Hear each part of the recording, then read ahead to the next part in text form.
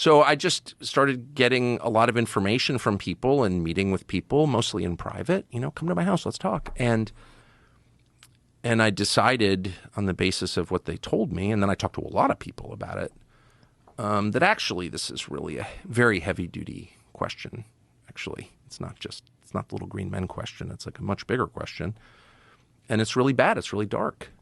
And then I stopped. Then I was like, I don't want to know anymore because it's not helping me at all as a person. And what information did you get that made you feel like it's dark?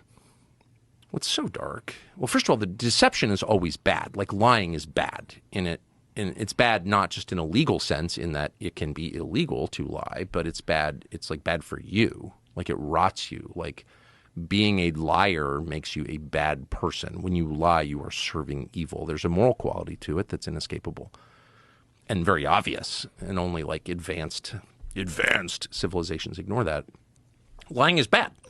And so if you have lying at scale, which we have on this topic, it's inherently bad. Okay, so that's the first level. The deeper level is so if they're spiritual beings, which I believe they are, like it's a binary. They're either, you're on team good or team bad. You can assign any name to it you want, but like what are these things?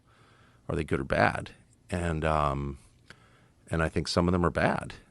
And if the U.S. government knows that, or the people within the U.S. government know that, then they're serving a bad force. And well, when you say spiritual, like what makes you draw that conclusion that they're spiritual? What's the obvious? I mean, spiritual may be the wrong word. Supernatural. They're beyond nature as we understand it. I mean, obviously they are. I mean, just chart their physical behavior. It doesn't, it goes outside of what we understand about physics. No visible means of propulsion, coming at indescribable speed, hitting the ocean, continuing at speeds that are impossible undersea.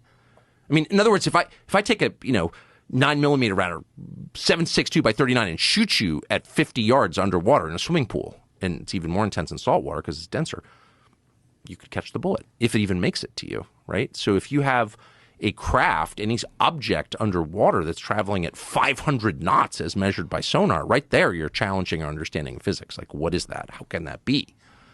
So yeah, they've tracked that. They've tracked things going 500 knots under the sea. Yeah, really. Yeah, much faster than any object can actually go undersea. Oh, for sure. Oh yeah, there's a lot of stuff going on underwater, and a lot. And there's video of these things coming out of the sky into the water and also emerging from the water. Right. Yeah. So it's all so blurry, though. I don't think it's the that transmedium video. Yeah, I don't think some of it's that blurry. I think some of it's crystal clear. We just don't have access to it. Is that what you mean? Yeah. Just we haven't seen it. Correct. So they have some stuff for sure. So, but there's just a lot going on underwater, and it's measured. And so, whatever. I mean, these are all, again, this is like the most obvious observable level of it. But then you just ask yourself, like, what is this actually?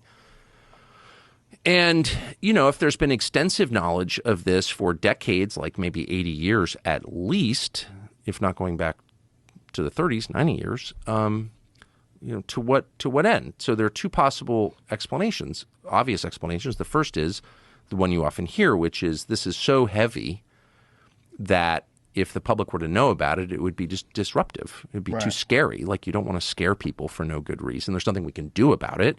And you also don't want to suggest that, the U.S. military isn't capable of protecting the country, the homeland. And it does suggest that. If you can't control these objects in your airspace, and that's known, that they can't, that's known, okay?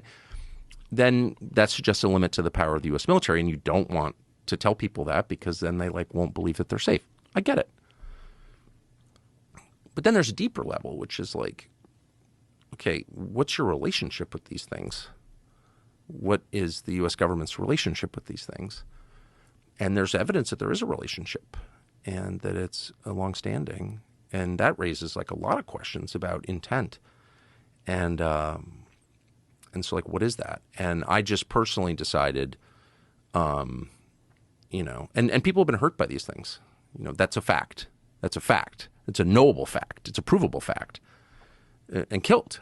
And I'm not saying millions of people have been killed by whatever these things are, but people have been killed, and it's known because it's working its way through the courts out of the VA. So I don't know, an object that is by definition supernatural, it's above the laws of nature as we understand them, and that has resulted in the deaths of people.